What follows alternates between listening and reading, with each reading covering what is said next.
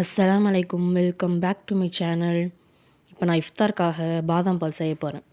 பாதாம் கட் பண்ணுறது தான் நமக்கு இருக்கிறதுலே ரொம்ப பெரிய டாஸ்க். அதனால் நான் ஒரு ஈஸி மெத்தடை கண்டுபிடிச்சிருக்கேன். எப்படி பார்த்தீங்களா?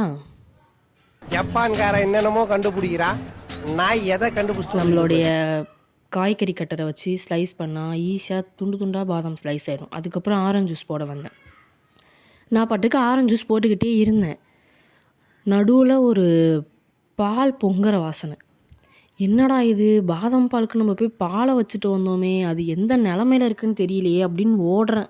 ஓடி போய் பார்த்தேன். எனக்கு எப்படி ஃபீல் ஆச்சுன்னா, இப்படி தான் ஃபீல் ஆச்சு. நல்ல வேலை பொங்கி கீழே போயிருந்தா அவ்வளோதான். அதுக்கப்புறம் சரி பாதாம் பால் செய்யலாம் அப்படின்னு சொல்லிட்டு ஆற வச்சு அதில் கொஞ்சம் பாதாம் எசன்ஸ் அழுத்துறேன். அது தொலைய மாட்டேங்குது.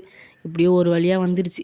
கலக்குன்னு கலக்கிட்டு அதுக்கப்புறம் நம்ம புதுசாக கண்டுபிடிச்சி வச்சுருந்தோம்ல, எப்படி கட் பண்ணி ஸ்லைஸாக போகிறதுன்னு, அந்த பாதாம் எல்லாத்தையும் அழகாக மழைச்சாரல் மாதிரி அப்படி மேலே கொட்டிட்டேன். அதுக்கப்புறம் தொழுக போயிட்டேன். அப்புறமா தொழுதுட்டு வந்துட்டு ஃபுல்லாக இதெல்லாமே எங்கள் சித்தி அனுப்பி வச்சுருந்தாங்க நோன்பு திறக்கிறதுக்காக. அது எல்லாமே சாப்பிட்டு முடிச்சு நோன்பு திறந்தாச்சு. தேங்க்ஸ் ஃபார் வாட்சிங்.